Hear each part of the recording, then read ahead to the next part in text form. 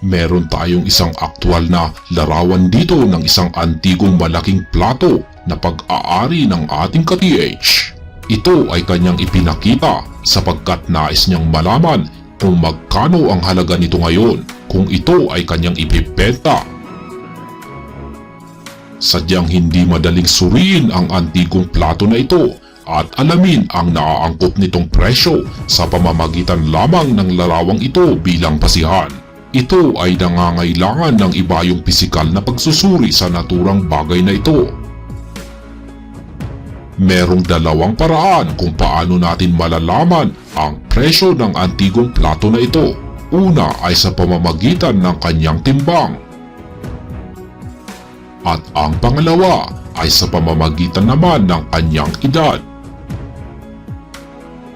Kung ang ating magiging batayan sa pagbibigay presyo sa antigong bagay na ito ay ang kanyang timbang, ang ating tinitimbang dito ay ang bigat ng pilak nitong material. Kaya sabihin natin na ang bagay na ito ay ating tinunaw at atin itong ibinenta bilang isang pilak na bagay sa merkado. Ang halaga nito na ating natanggap ay pareho lamang sa halaga nito kung ito ay ating ibinenta sa orihinal nitong anyo. Kung ito ay isang pure silver o purong pilak na antigong plato, ito ay inaasahang gawa sa 92.5% silver. Ang presyo ng silver o pilak kada unsa ay nasa 1,178 pesos mula sa buwan ng January 2022. Pagdating naman sa edad bilang basihan, maaaring meron itong mas mataas na halaga kumpara sa pagbebenta batay sa timbang nito.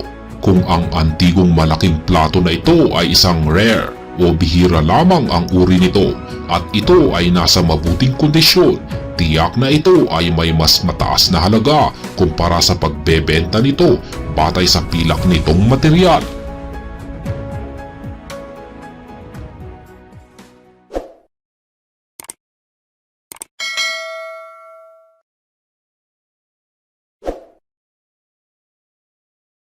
Pagtukoy sa aktwal na halaga nito.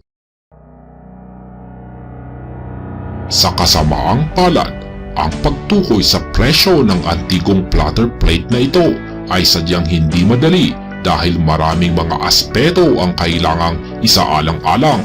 Kaya para ating matukoy ang tamang presyo ng naturang bagay na ito, kailangan nating magsagawa ng ibayong pagsasaliksik ukol sa antigong bagay na ito.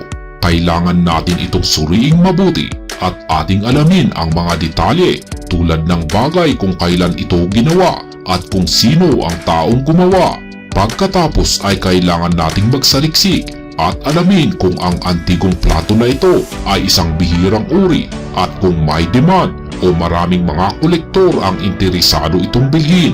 Maaari na rin tayong maghanap ng mga antigong bagay na kapareho ng antigong plato na ito o halos kapareho sa itsura nito at ating alamin kung magkano ang presyo nito o kung anong presyo ito na benta ng may-ari.